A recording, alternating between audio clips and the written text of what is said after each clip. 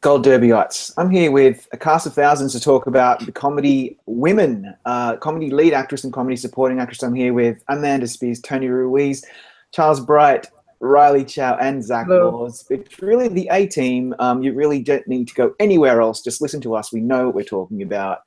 God help me. All right, so the nominees for lead comedy actress are Pamela Adlon for Better Things, the episode Future Fever, Jane Fonda for Grace and Frankie for The Pot, Allison Janney for Mom for the episode Tush, Push, and Some Radishes, Ellie Kemper for Unbreakable, Kimmy Schmidt for the episode Kimmy Goes to College, Julia Louis-Dreyfus for Veep for the episode Groundbreaking, Tracy Ellis-Ross for Blackish for the episode Being Racial, and Lily Tomlin for Grace and Frankie for the episode The Burglary. Now, this is how we're gonna attack this. It's pretty obvious that the front runner is Julia Louis-Dreyfus. She has won 17,000 times, and she's probably going to win again. She's picked a great episode. Groundbreaking was probably the highlight episode of the season as the season finale for many people. And unless someone can pipe up and say, no, it's not Julia Louis-Dreyfus, no, then we should be talking about who is most likely to upset, because there could certainly be one of those. People might have a bit of fatigue for Julia Louis-Dreyfus. It is actually possible. I'm thinking Pamela Adlon might have a shot here. I know it's completely left field, but the fact that she was nominated, she has won. She's an Emmy veteran. She's got a few of these nominations under her belt. She's a very, very respected comedian. She's attached to the whole Louis train, and she is an Emmy winner, and she won the Emmy. Exactly. So I think there is some argument to say that if they want to go for an underdog, Pamela Adlon is very well placed for that. Okay, I'm opening it up to the whole group. Who would like to talk about this? If tapes mattered, I would pick Lily Tomlin this year. If it was a tape system, I would give it to Lily Tomlin, because you just get a double dose of her crazy, and it's really enjoyable. But I've missed this category 3 out of 5 times because I picked Amy Poehler, so I'm just going with Julia Louis-Dreyfus. Fair enough. And this will be the year that she loses, so that'll tell you. Of course. Everybody put your money somewhere else. I think, you know what, you're not, I'm sorry, I didn't mean it. I was just going to say, I don't think you're that crazy to pick Pamela Adlon, because she is an Emmy winner for King of the Hill. And you know, I remember watching that show and thinking to myself, man, it's a shame that Pamela Adlon probably won't get nominated for this show, because it's fantastic. She writes it. She directs it. She's actually written and directed the entire second season, which is going to premiere next month, I think. I'll just give FX a little plug there. But, she, you know, it's one of those things where it's like enough people watched that show and liked her to nominate her. And I think that if you're going to take down Julia Louis-Dreyfus, you've got to have something new that you bring to the table. And her being in a first season show might be the thing that actually, you know, because she's never competed against Pamela Adlon. She's never competed against Allison Janney for Mom either. But, you know, Allison's been in this race before for that show, in supporting. And I don't know if people are actually watching that show or if they're just voting for her because she's Allison Janney. But yeah, I wouldn't.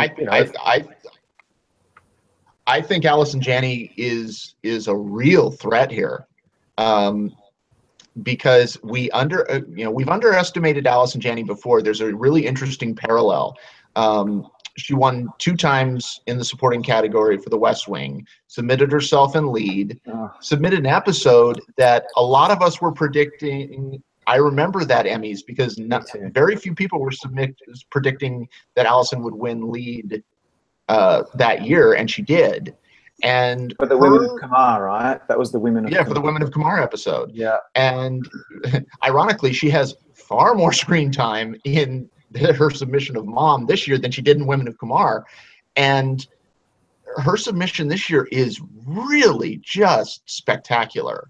If you're not familiar with it, her estranged mother, who had abandoned her as a child, has died, and she spends much of the episode being angry and pretending that she doesn't care. And then she has this absolutely devastating scene at the end at her mom's graveside, where she reads a letter where she, it initially starts off very angry and like blaming her mom for everything that happened. And then ultimately she, she's crying and she's saying, no, it's not your fault. I'm responsible for my choices. It's really, really powerful. And it's the exact same scenario that Roseanne submitted when she won lead comedy actress in that same winning episode. System.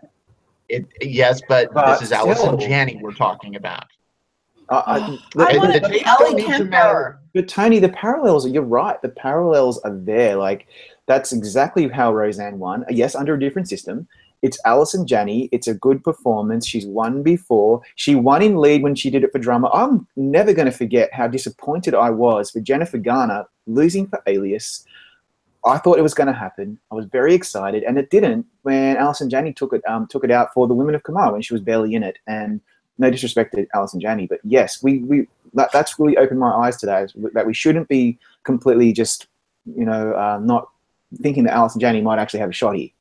So she does already have 2 Emmys for this role as well, which is like, and she, ironically enough, she moves away from supporting, I think, to get away from Kate McKinnon. She would have won this year. That might to go to lead against like 5 year in a row Emmy champ Julia Louis-Dreyfus, because she maybe thought she'd have a better shot of winning. She might be right. Who knows? Like she might have had some kind of mad genius plot switching from supporting to lead for this role. I mean, we're not gonna know until the envelope is read. But I think that with in regards to Julia, it's just like, until Veep stops winning comedy series or just has like a significant dip in its nomination tally, I don't know why we would predict anyone to win other than her. Until she loses, I'm not going to predict. We're going to go by the Alec Baldwin SAG rule. Until he loses.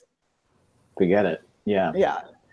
We did see a Critics' Choice where Kate McKinnon beat Julia Louis-Dreyfus. So maybe Allison Janney, is doing the right thing, running away.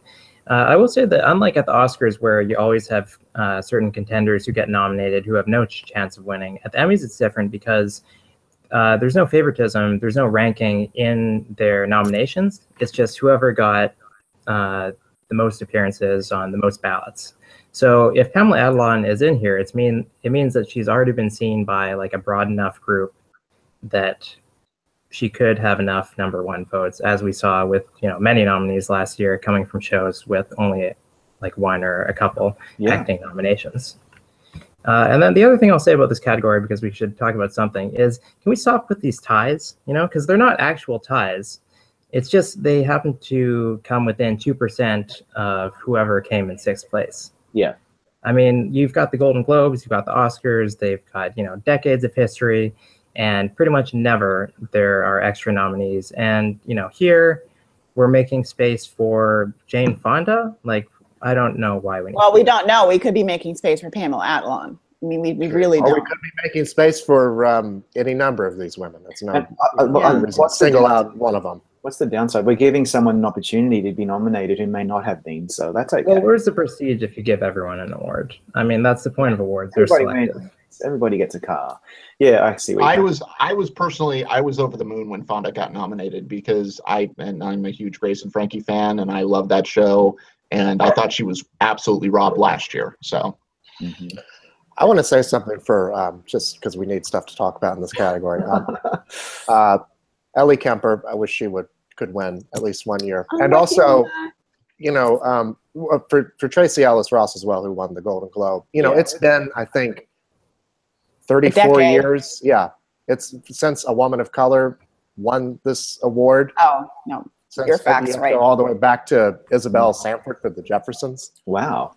That's really, and it's the same thing in Comedy Actor as well, which we'll talk about. But that's really kind of pathetic. I love Tracy Ellis Ross. I predicted her for the Globe. Same. But it's been a decade since a woman has won the Globe and then won it doesn't really Emmy, mean much. So it doesn't really help her. But she did. Hey, he was the first African American woman to win that category in 33 years. So she's been on a roll for history.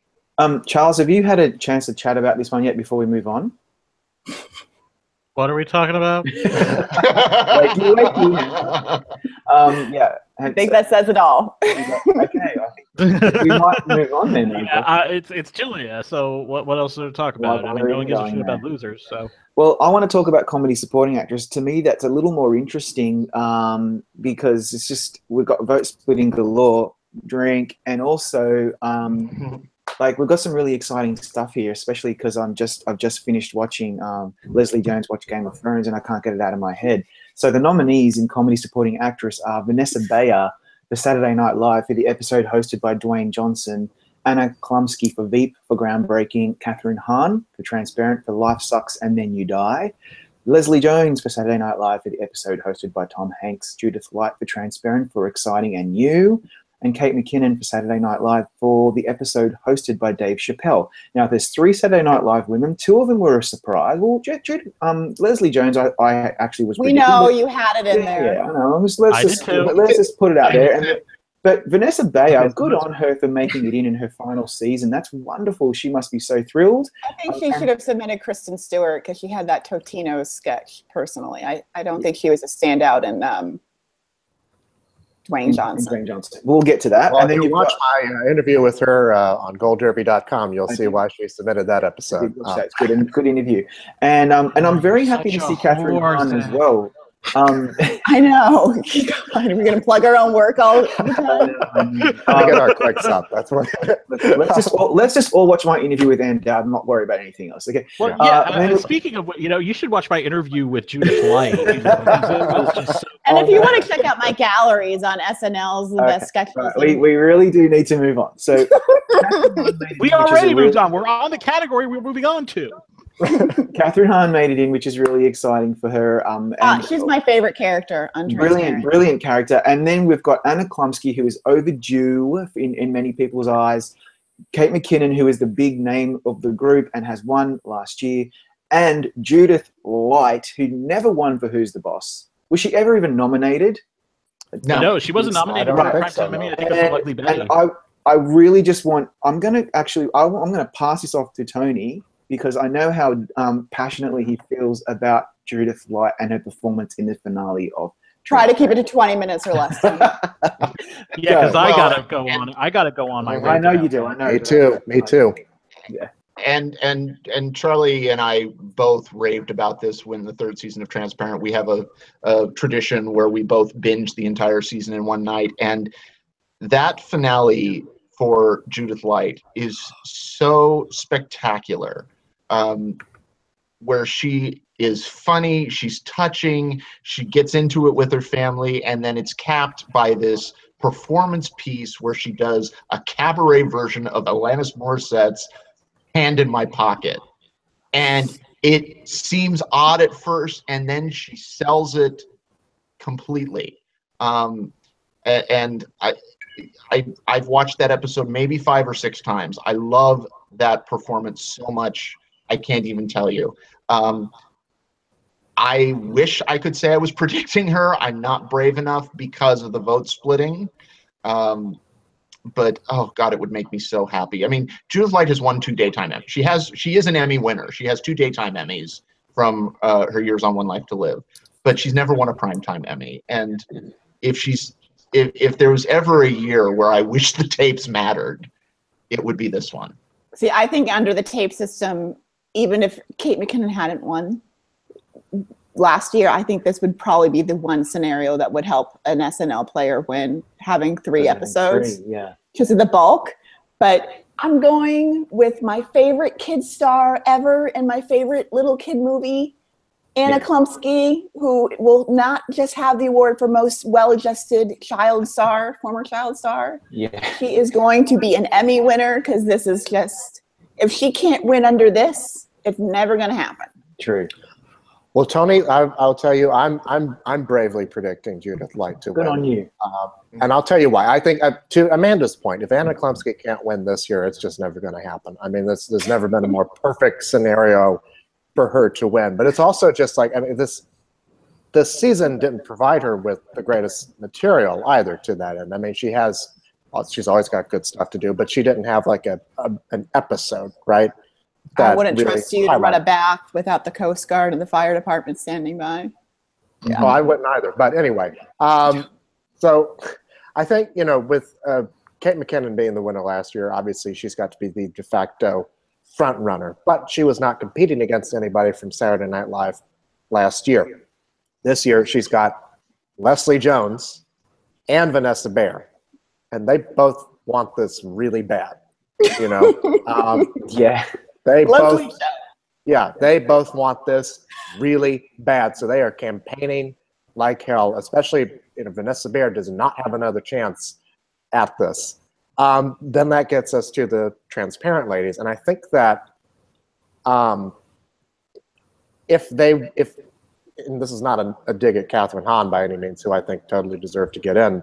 And I think part of some residual goodwill from I Love Dick probably helped get her into this category. But I think that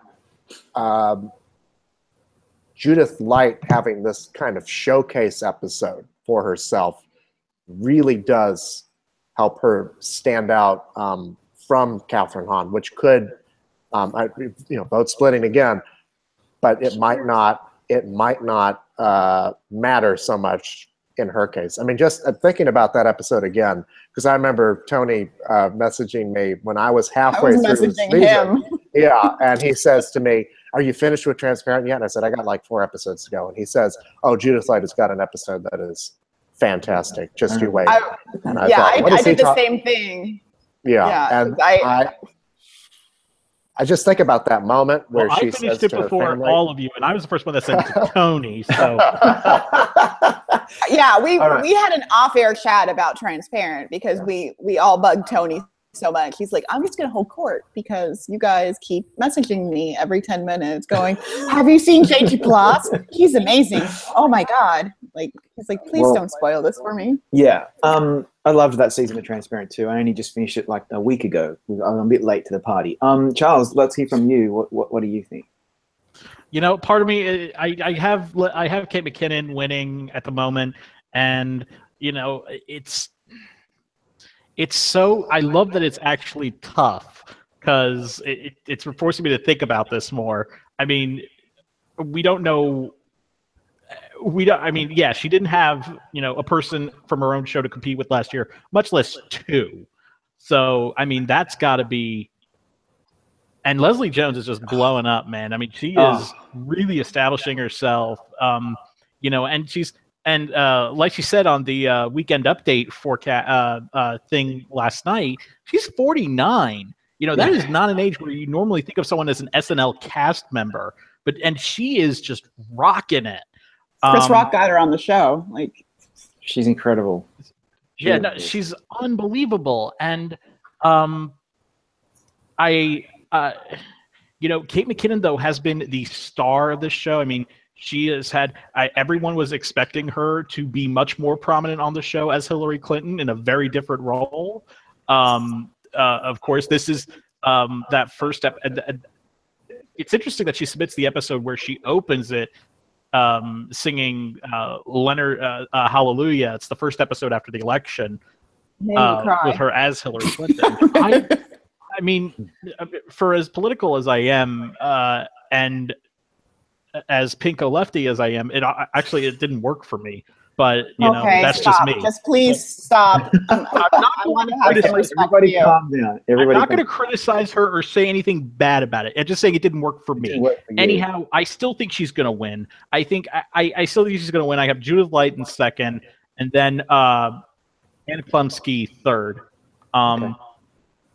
Yeah, that's just how I see it breaking down. If Kate McKinnon, sorry. Go ahead, Ryan. Oh yeah, well, I just love every year, you know, like when Emmy nominations are announced, it's like, oh, is Anna Chlumsky nominated again? Yes, she is. And then we find out, like, oh, what's she going to submit? Is it going to be something where she like knocks it out of the park, has a really great submission, and just every time she delivers. So I'm predicting Kate McKinnon. At one point I was thinking, like, you know, will vote splitting be a factor? But, you know, as we've all touched on, there's other vote splitting in this category. And Saturday Night Live has 22 other nominations this year. So it seems like it's bigger than ever. I mean, last year when People vs. O.J. Simpson was nominated against 2 Fargo performances and 1 overdue Hugh Laurie. In supporting actor category, we still saw the more dominant OJ miniseries take the award because they were just so far ahead. I think if it was Kate McKinnon and just Vanessa Bayer, I wouldn't even consider vote splitting. She's far and away better than Vanessa Bayer. I love you on the show, Vanessa, but I'm just saying Kate McKinnon would win that. The Leslie Jones of it all is what stops me because she owned those shorts all year. I mean, every short she was in was hilarious. And frankly, to the men of SNL, this is your wake-up call to step up your game because seriously, the only person the men got in was Alec Baldwin. And yeah, you need to step it up. To get Alec Baldwin to get a nomination in that category. I'll say to your point, Charles, about her performance of Hallelujah. I remember even at the time, as powerful as that may have been, there were still people who were like, you can't have it both ways, Saturday Night Live, because let's not forget, this was in the same period of time when they had Donald Trump host their show. Right. So it kind of felt he like went having your attacked cake and them eat it and too, called them technically. losers and everything. So like let's not even go down that road. But we're gonna turn into CNN. I'm not trying to shame SNL here by any means, but I'm just saying that I think that there was a sentiment there of some people of like, Yeah. And like when I think of Kate McKinnon's contribution now, I'm thinking more about her amazing performance as Jeff Sessions. Like she completely contorts her face. Like, and she has obviously ears on and she looks like an elf. But, I think Kate McKinnon is the big name in the group. And I am very impressed with Catherine Hahn. In her episode, she has a complete meltdown at the Cedar preparations. And it's very, very good.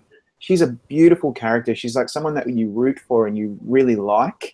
And that might help her. They all have arguments, but at the end of the day, all I can think about is, here come the dragons. And I just want Leslie Jones to win the damn thing because I think she's the funniest person on television. It will be great to see her win that because she's in control of a situation, but I guarantee you she will be so surprised that, she was so good last year when she just introduced the accountants. Oh my God. She's crazy. Like, can you imagine the orchestra trying to play Leslie Jones off? She would go down there and break that, but the conducting stick. She would break that shit. Yeah. And let's just say that this viral Leslie Jones moment, and if you watching this don't know what we're talking about, then stop watching us and go watch it. Stop watching us and go to YouTube right now. Yeah, short trip. But that viral moment is peaking at just the right time. That is everywhere right now. Yeah. So right before Emmy vote does starts. Yeah, exactly. Thank you, Seth Meyers. All right. Well, I think we might leave it there, and we'll come back for the guys. Thanks, guys. Thanks very much for talking about these very interesting categories. Bye.